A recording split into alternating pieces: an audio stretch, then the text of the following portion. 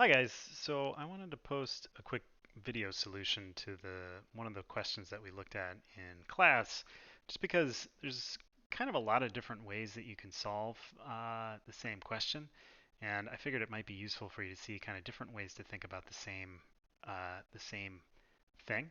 So the question was this one: we have a sled, and it's being dragged up an incline, and the incline's at a particular angle, and the sled has a certain mass, and it's gone a certain distance, and there's a tension in a cord that's pulling up the sled, and we're going to call that force FP. So part A on this is pretty straightforward because the tension force and the displacement vector are parallel. So in other words, when you go to find the work,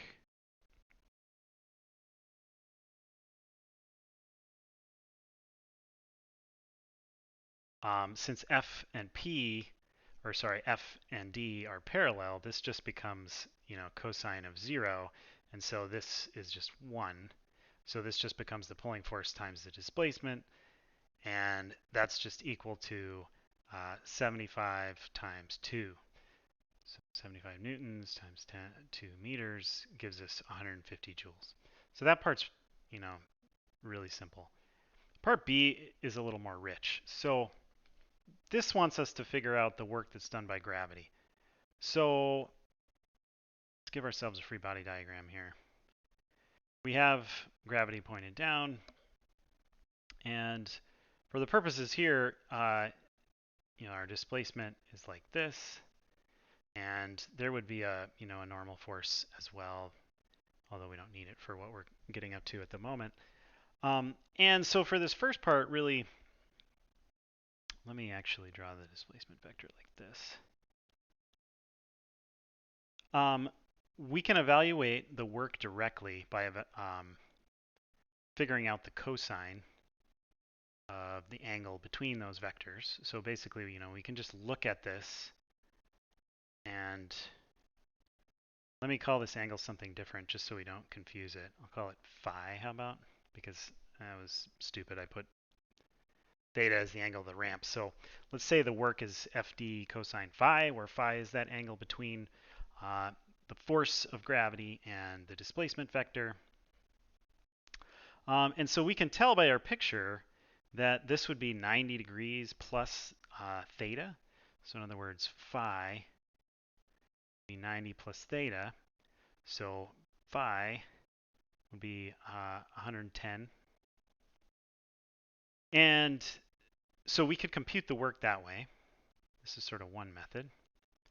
This would just be the force of gravity would be mg, the displacement d, and then times cosine of this, let me just leave it as theta plus 90. And we could multiply all that stuff together. So the mass was, let's see, 12, it's 9.8, 2 times cosine of 110. And we crunch those numbers, and we'd find that the work is about negative 80 joules.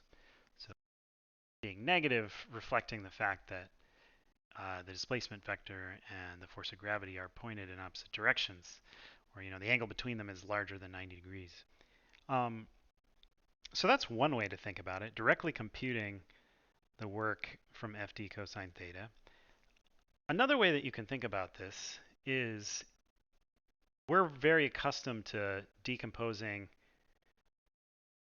the force of gravity into components. So we can break this into the component. Let me indicate it with a dotted line here. And actually, let me make the displacement vector a different color just to indicate to you that it's not a force, it's displacement. I put it like that just so it's a little bit easier to see the angle relationship, but so we can break mg, force of gravity, into mg sine theta, that would be along the ramp, and mg cosine theta. You know, if we were doing our usual way of approach where we orient our coordinate system along the ramp. And if we do that, you can see that we can just pick the component that in this case would be anti-parallel to the displacement vector. So if we evaluate the work like that, that would be the x component of the force, d, times cosine phi. Now phi in this case is 180 degrees because they're anti-parallel. And so this would become -1, and we would have negative mg sine theta times d. And if we put in our numbers here, negative 12 kilograms, 9.8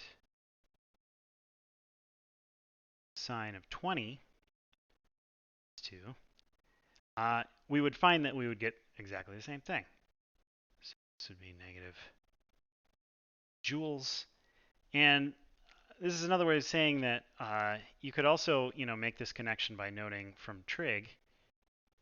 I wouldn't know this identity off the top of my head, but cosine of 90 plus an angle is equal to negative sine of that angle, apparently, which is kind of interesting. So that's another way to think about this. So we have kind of, method 1, method 2. And here, let me give you one other way to think about this. So the other way to think about this would be, another way to think about this would be, all right, rather than decomposing things so that it matches up, the component of the force is aligned with the displacement vector, another way to go about this would be to decompose the displacement vector so that its component is matched up with the force of gravity. So in other words, we could pick out the part of the displacement vector that is pointing vertically. Okay. And we can see from that, that would be, dy is d sine theta. And so this would be another way that we could pick up this factor of sine theta. And, we can evaluate the work. Let's put it in. So in other words, this would be f. Now f would be all of mg dy. And then in this case, our angle again would be 180 degrees because dy would be pointing up, but the force of gravity is pointing down, so that would mean that, phi would be 180 again.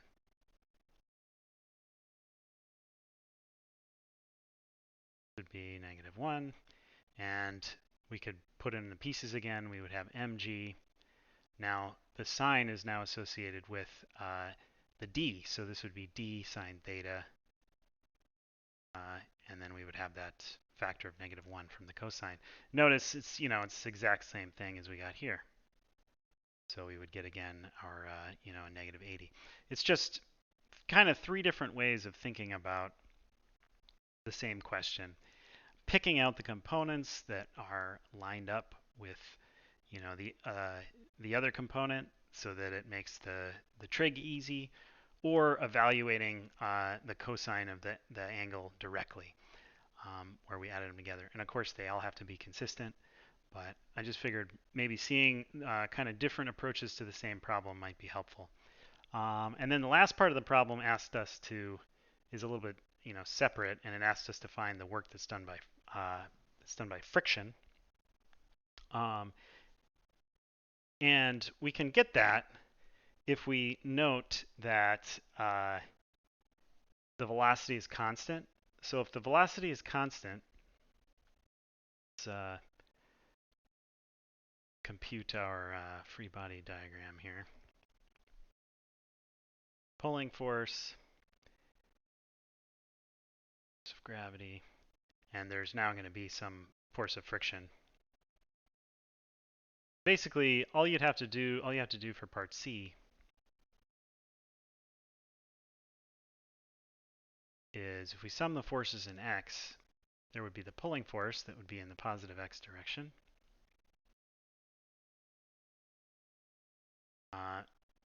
You know, it's friction force, and there would be mg sine theta. Now, if it's not accelerating, i.e. the velocity is constant, then that would go to 0.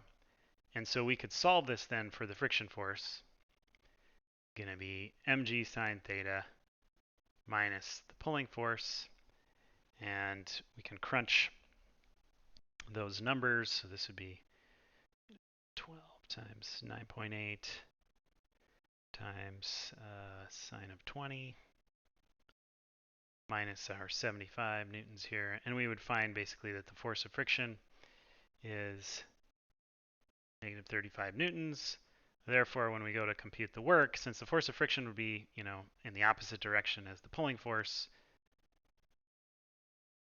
work of friction then is simply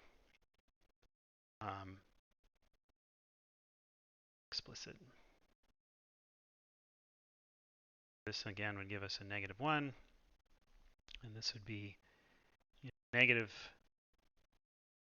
35. So you can think of that as the negative 35 is pointing down, but that's we've contained that direction information in the cosine theta. So this would be negative 35 times the displacement was 2, and so this would be negative 70, about negative 70 joules. The work done by friction.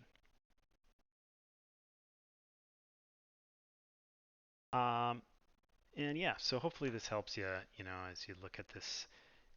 It's a only slightly more complicated question, but there's kind of a lot. It's a good exercise in terms of looking at your trig.